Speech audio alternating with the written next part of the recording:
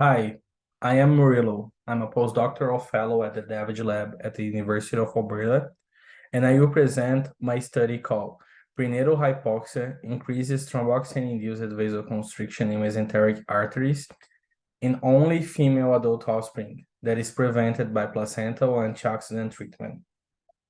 Prenatal hypoxia is a common pregnancy complication that leads to the programming of cardiovascular diseases, increased vasoconstriction in adult life of the offspring.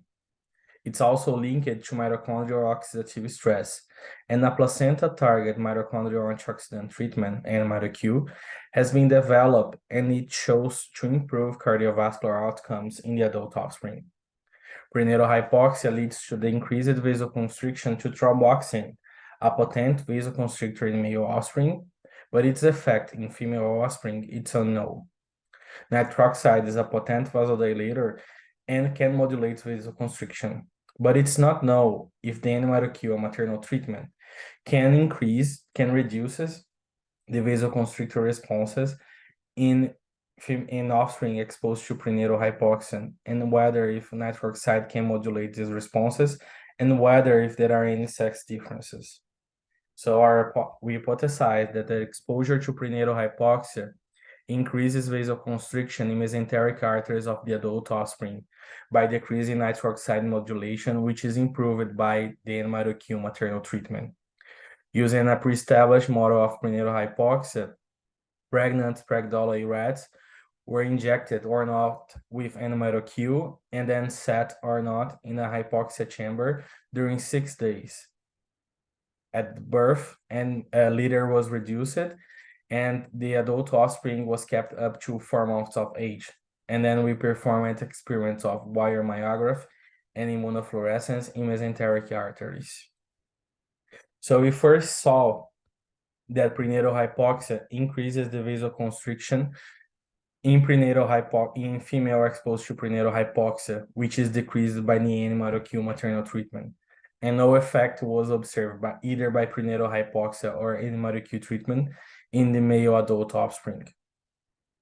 We also saw that LNAME, a nitroxide synthase inhibitor, increased the vasoconstrictor response to thromboxane in normoxia groups and only in the hypoxia group that had the NMITQ maternal treatment. However, in male offspring, LNAME increased the vasoconstrictor responses in all male groups. We did not see any differences in TP receptor, a thromboxane ligand, or eNOS expression in mesenteric arteries in any of the groups.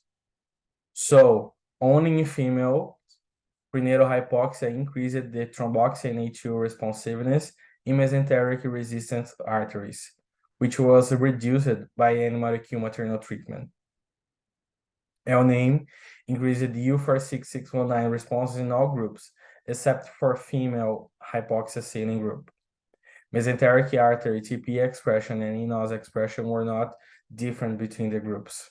So we could conclude that our data suggests that prenatal hypoxia impairs systemic vasoconstrictor capacity in the offspring in a sex-specific manner. The reduced nitroxide bioavailability can contribute to increased vasoconstrictor responses induced by thromboxane. This sex difference needs to be considered when developing placenta-target therapeutic strategies. I would like to thank my lab and also the funding agencies. Thank you.